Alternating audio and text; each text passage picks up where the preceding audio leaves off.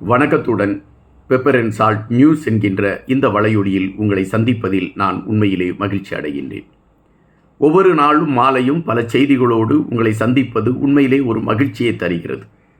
தினமும் ஏதாவது ஒரு கருத்தை எடுத்து வந்து உங்களோடு பேசுவது என்பது என் மனதிற்குள் ஒரு இன்ப ஊற்றை அது பாய்க்கக்கூடியதாக இருக்கிறது. தற்பொழுது நீங்கள் எங்களுடைய வலையொலியை பகிர்ந்தளிக்க ஆரம்பித்திருக்கிறீர்கள். நீங்கள் பெருவாரியான ஆதரவுகளை கொடுக்க தொடங்கி இருக்கிறீர்கள். வியந்து போய் நிற்கிறேன். உங்கள் திசைகளை நன்றியோடு பார்க்கிறேன். கண்டிப்பாக இன்னும் எங்களுக்கான களத்தை நீங்கள் உருவாக்கி கொடுப்பீர்கள் என்ற நம்பிக்கை மனதிற்குள் எழும்பிக் கொண்டே இருக்கின்றன.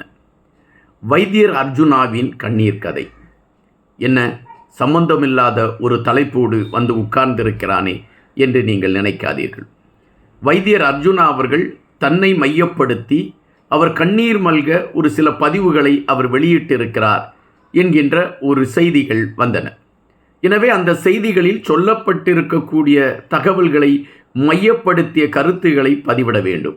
காரணம், வைத்தியரை விமர்சிக்கக்கூடிய களத்திலும் நாம் இருந்திருக்கிறோம், வைத்தியரை பாராட்டக்கூடிய களத்திலும் நாம் இருந்திருக்கிறோம்.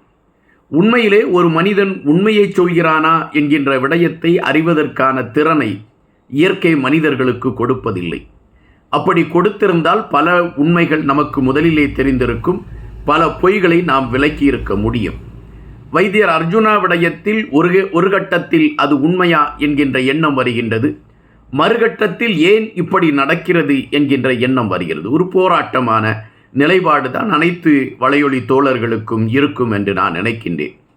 வைத்தியர் முதலில் செயல்படுகின்ற விதமும் அதன் பின்பு செயல்படுகின்ற விதமும் ஒட்டுமொத்தமான ஒரு மாறுதலான நிலைப்பாட்டை நோக்கி நகர்ந்து கொண்டிருக்கிறது என்பதாகத்தான் நம்மால் கணிக்க முடிகிறது. எனவேதான் ஒவ்வொரு முறையும் நாம் சொல்கின்ற கருத்துகளில் மாற்றங்கள் ஏற்பட்டு விடுகிறது. இன்று இந்த வைத்தியருடைய கண்ணீர் கதை என்ன விடயத்தை வைத்தியர் குறிப்பிட்டிருக்கிறார்? அப்படி அவர் சொல்லியிருக்கக்கூடிய செய்தியில் நம் மனதை பாதித்த விடயம் என்ன? இதை குறித்த ஒரு தேடல்தான் இந்த காணொளி. எனவே இந்த காணொளியை கடைசி வரை பாருங்கள். கண்டிப்பாக நீங்கள் அறியாத பல செய்திகளோடு இந்த காணொளிக்குள் நான் பயணிக்கலாம் என்று நினைக்கின்றேன். வைத்தியர் அர்ஜுனா அவர்களுடைய செயல்பாடுகள் விமர்சிக்கப்படுகிறது. ஏன் இந்த மனிதன் இப்படிப்பட்ட செயல்பாடுகளை செய்கிறார் என்கின்ற கேள்வி எழும்புகின்றது. தற்பொழுது ஒரு வலையொலியில் வந்த ஒரு காணொளி, வைத்தியர் அர்ஜுனா அவர்கள் அந்த ஒரு மருத்துவமனையில் அங்கு இருக்கக்கூடிய செவிலியர்களிடம் அவர்கள் பாதிக்கப்பட்ட விடயத்தை குறித்து பேசுகின்ற பொழுது தலைகீழாக ஒருவர் கைபேசியை வைத்து வைத்தியர் அந்த பேசிக்கொண்டிருக்கக்கூடிய அந்த களத்தை அதை காணொலியாக அவர் படம் பிடித்து கொண்டு இருக்கிறார். இதை பார்த்த வைத்தியர் அவரிடம் போய், நீங்கள் ஏன் படம் பிடிக்கிறீர்கள் என்று அவரிடம் ஒரு கோபக்கணைகளை காட்டுகிறார். இது ஒரு பரபரப்பு செய்தியாக மாறுகிறது. ஆனால் வைத்தியரை பொறுத்த மட்டில் ஒரு தெளிவான விளக்கத்தை கொடுக்கிறார். நான் பேசிக்கொண்டிருக்கக்கூடிய அந்த செவிலியர்களை இவர் காணொலி எடுத்து அதை அந்த நிர்வாகத்திடம் கொண்டு செல்கிறார். நிர்வாகம் அந்த செவிலியர்களை அழைத்து மிரட்டுகிறது. எதற்காக நீங்கள் வைத்தியர் அர்ஜுனா அவர்களோடு பேசினீர்கள்? அவரிடம் உங்களுக்கு பேச வேண்டிய களம் என்ன இருக்கிறது என்று அவர்களை மிரட்டி உங்களை வேலையிலே தொடர விடாமல் செய்து விடுவோம் என்று அவர்கள் மிரட்டுகிறார்கள். எனவேதான் அந்த நபரோடு நான் கருத்து முரண்பட்டேன் என்று வைத்தியர் குறிப்பிட்டிருக்கிறார்.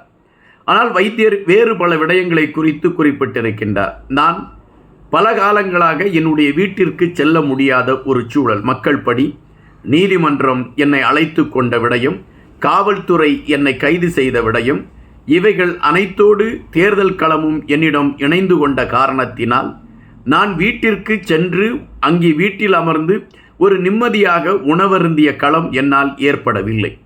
தற்பொழுது அதற்கான ஒரு சூழல் வந்தது. என்னுடைய வீட்டிற்கு சென்றேன். உணவருந்துவதற்கான களங்களை கையில் எடுத்தேன்.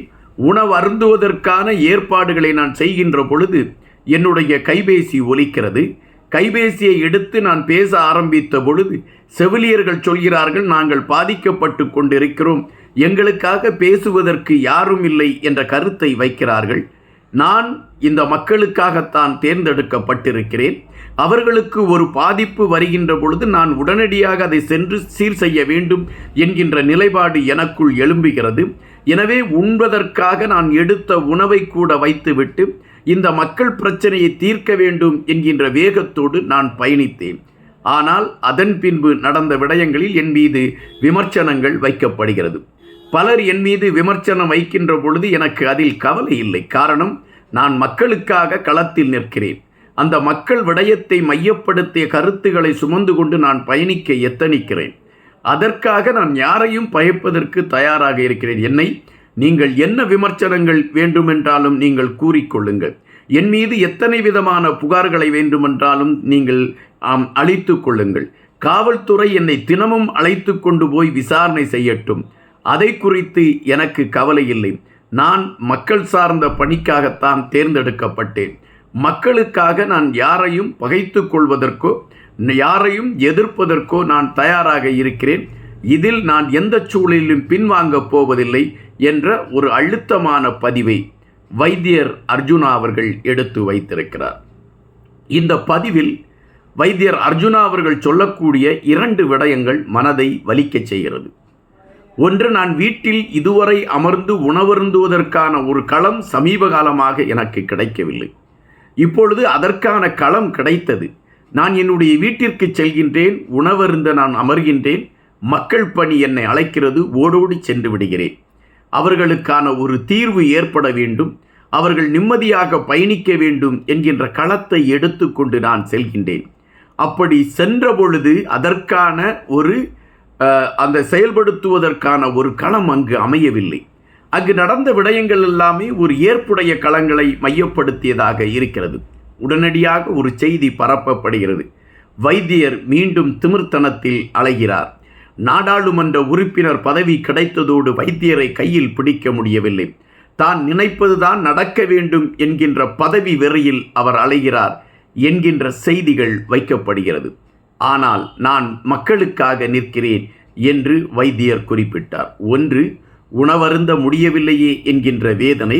அப்பொழுது வருகின்ற தொலைபேசி, அந்த தொலைபேசியை மையப்படுத்தி மக்கள் பணி செய்வதற்காக செல்ல வேண்டிய சூழல், மக்கள் பணி செய்வதற்காக செல்கின்ற அந்த சூழலிலே வைத்தியர் மீது ஒரு விமர்சனம்.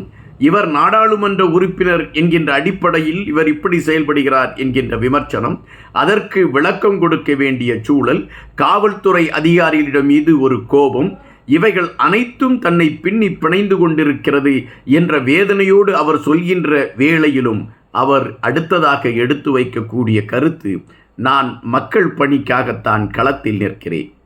என்னை எந்த விதமான இக்கட்டுகள் என்னை நோக்கி வந்தால் கூட அதற்கு நான் கவலைப்படவில்லை. மக்கள் பணியை செய்வதற்காக நான் யாருக்காகவும் என்னை விட்டு கொடுக்க போவதில்லை. இந்த மக்கள் எதற்காக என்னை தேர்ந்தெடுத்தார்களோ அதை நிறைவேற்றாமல் நான் ஓயப்போவதில்லை என்று வைத்தியர் குறிப்பிடுகின்றார். வைத்தியரின் இந்த தொலைநோக்கு சிந்தனை, இந்த மனிதநேய சிந்தனை பாராட்டுதலுக்கு உரியதுதானே.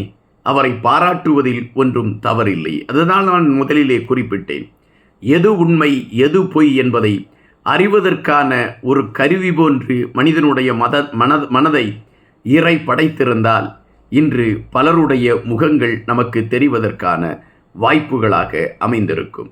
வைத்தியர் மக்கள் பணியை நோக்கித்தான் சென்று கொண்டிருக்கிறார் என்றால் அவர் வெற்றி பெறுவதற்கு இயற்கை கண்டிப்பாக அவருக்கு துணையாக நிற்கும். நன்றியுடன் என்பார்.